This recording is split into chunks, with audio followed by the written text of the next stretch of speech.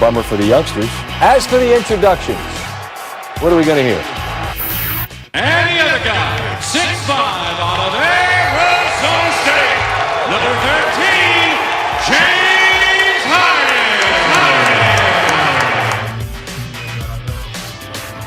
And then a video tribute.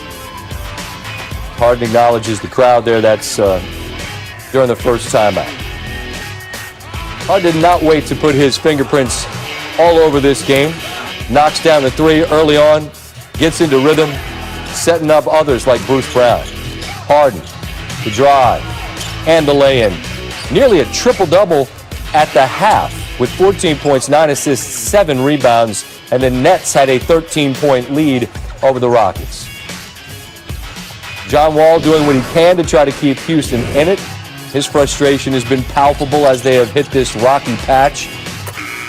10-point deficit cut to 8. Wall had a season-high 36. But Harden makes it 11.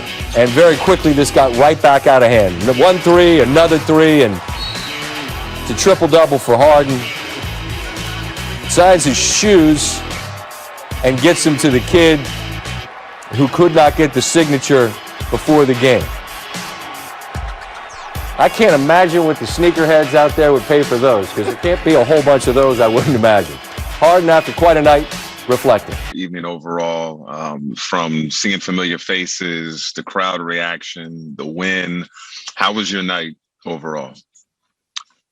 I'm excited. We got to win. We've been playing very, very good basketball. And to finish off strong like this, to go on the All-Star break means a lot to us. Hopefully we can get guys healthy. KD, Jeff, TLC, and after the break, keep this train rolling. And as far as playing in Houston, a lot of mixed emotions from the fans, but knew that was going to happen. I just wanted to come out here and give them a show. What does it say about this group to be playing so well? You've won 9 of the last 10 games headed into the break, playing so well, and you, Kevin, and Kyrie have only played 7 games together.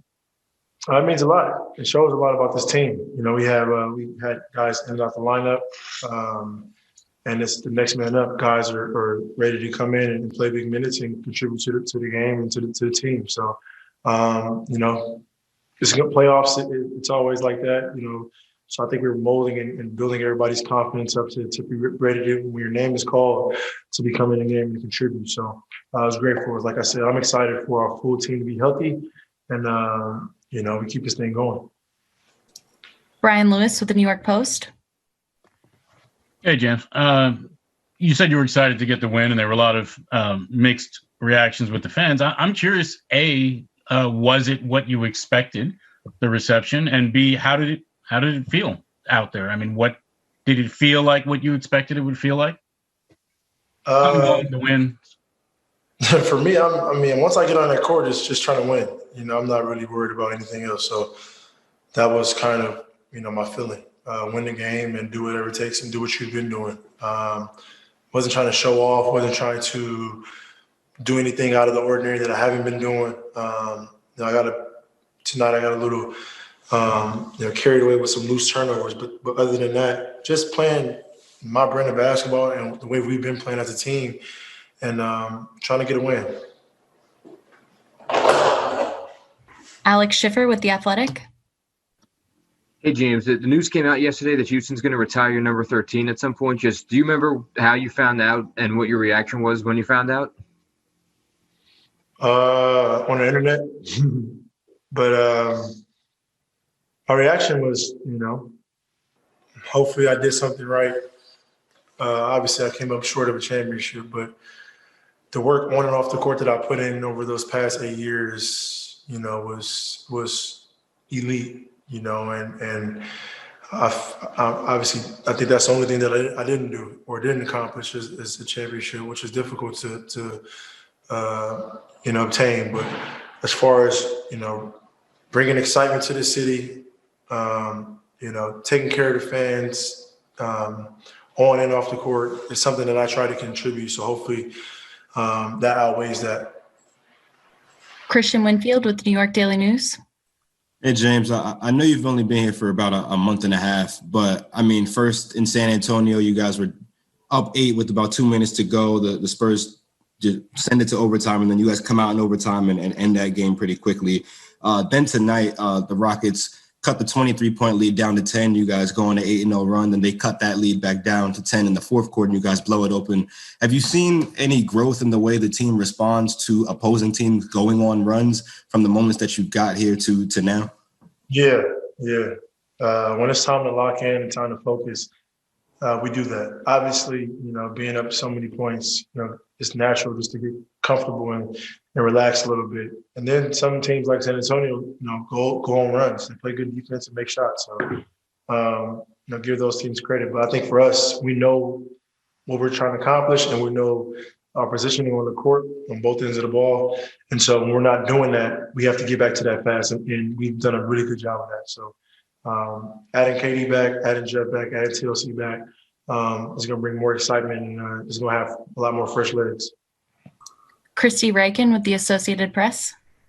Hi, James. I know you said that you don't really think about anything but basketball when you get on the court, but was tonight at all emotional for you, or did you feel any emotions maybe afterwards when you're talking to PJ and some of the other guys? No, I mean, a little weird just, being on the opposing side, but once I got on the court, it was, I'm locked in, and that's just how I am as a basketball player. Bruce Beck with NBC New York. James, you've played 23 games so far in Brooklyn in this unprecedented basketball season. How would you describe this experience as we head to the break? So far, so good. Everything that I signed up for, top to bottom, it's been great. And adversity has hit us as far as not missing any games. So. We've been playing every other day, schedule-wise, and, then we're affected by injuries, guys in and out of lineups, crazy, weird things happening. But I think we fought through adversity, and we're in a really good position, So now we've kind of known each other. We know each other a little bit better. Now it's time to, get some rest, take care of your body, and then be ready to go. Second half is going to be huge for us in the sense of how fast we can get out to a great start. Everybody goes through the same thing. There's no excuses, and we're here. And we're not here to make any. Kelly Iko with The Athletic. Hey, James, obviously this is a team that you played for so many years, but now having played against them, how would you assess how they're transitioning into this new era without you? I mean, I haven't really been focused on them. I've been focused on what my new situation. But it's a process, as long as you put the work in and continue to stay focused on what you're supposed to be doing, good things turn in your favor. That's all I can say about that. Vince Goodwill with Yahoo Sports. James, you mentioned a couple questions earlier just about playing your style and playing your way. Just out of curiosity, is it more freeing playing that way when you don't have to have the responsibility of being the number one guy where there's other franchise players there? Is there, like, compared to maybe a burden of being the franchise guy, the only franchise guy like you were in Houston? What was the question? Is it more freeing, not having the responsibility?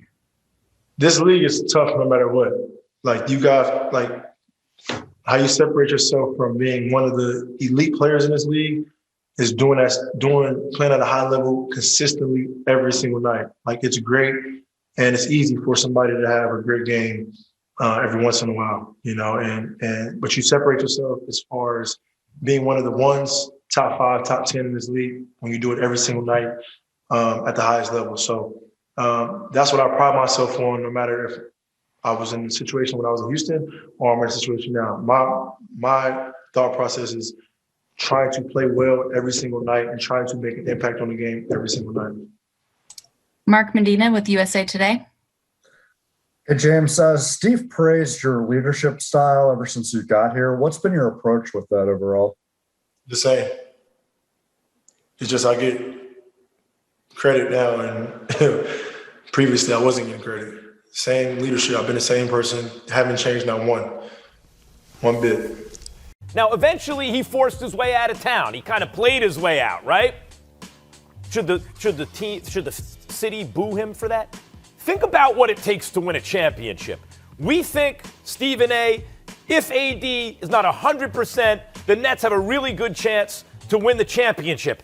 It's James Harden, Kyrie Irving, and Kevin Durant, and shooters, and like everything you want. And we think there's a good chance they can win a championship. It is so hard to win a title. And for whatever reason, the state of Texas has not been seen by free agents, potential free agents, as a desirable enough or glamorous enough location for them to sign. The Rockets and the Mavs have had a hard time attracting, A-level superstars, which is odd to me because it's warm weather, relatively glamorous, maybe not as much as New York or LA or Miami, but it's a relatively glamorous destination. As you always point out, Stephen A., no state income tax. Like, how much do you want? And yet, the Mavs and the Rockets have a hard time. Maybe it's because the Cowboys loom so large in that state that you always play second fiddle. I don't know what it is. But the fact is, James Harden was in a situation where he never really had quite enough. In spite of that,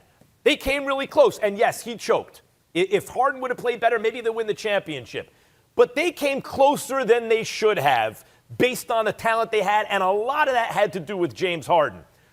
And finally, Stephen A., the fans have to realize, while if they boo Harden, if they don't give him a good welcome back return, a reception, they may be thinking they're making commentary on Harden, but really the rest of the league it's commentary on themselves. Is that the kind of place that you want to play? When a dude has done as much for an organization as Harden has, and they treat him that way. I think it's even in their own best self-interest to give Harden a good welcome.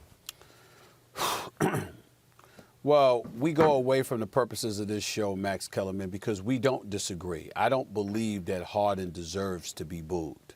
I want to make sure I'm very clear about that. But I do believe he will be. I don't think he deserves it.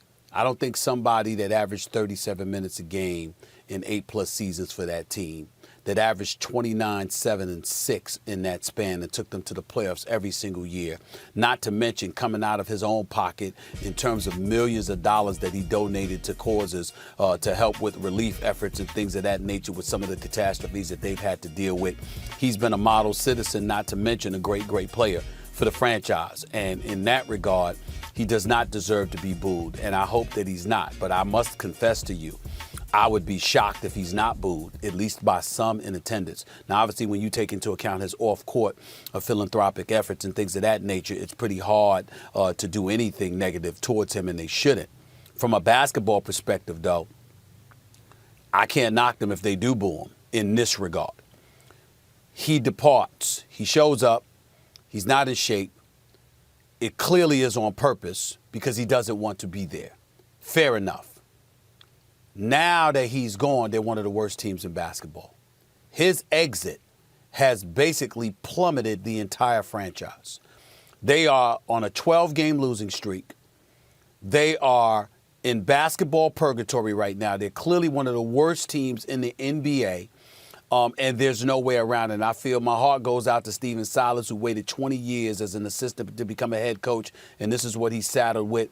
John Wall is averaging 20 and 6. Christian Wood is averaging 22 and 10. Victor Oladipo hasn't been that great. He doesn't want to be there anyway. It's just not a good situation right now. But that also has something to do with James Harden. You wanted Dwight Howard, and then you didn't. You wanted Chris Paul, and then you didn't. You wanted to play with Russell Westbrook, and then y'all didn't want to play with one another. And along the way, they gave up assets. They don't do that if it were not for James Harden. So even though James Harden is absolutely phenomenal in every sense of the word as far as I'm concerned, and I don't view him as a person that choked in the postseason. He averaged 28, even though his numbers were down compared to what we're accustomed to seeing him doing in the regular season. If you want to use that as to describe it, but I don't consider that choking. In the end, what I'm saying is the ultimate indictment they will make against him if they choose to boo him is the fact that having to make a deal to send him to Brooklyn and garner assets in return because they had given them away in previous deals just to get him the assets that he had asked for.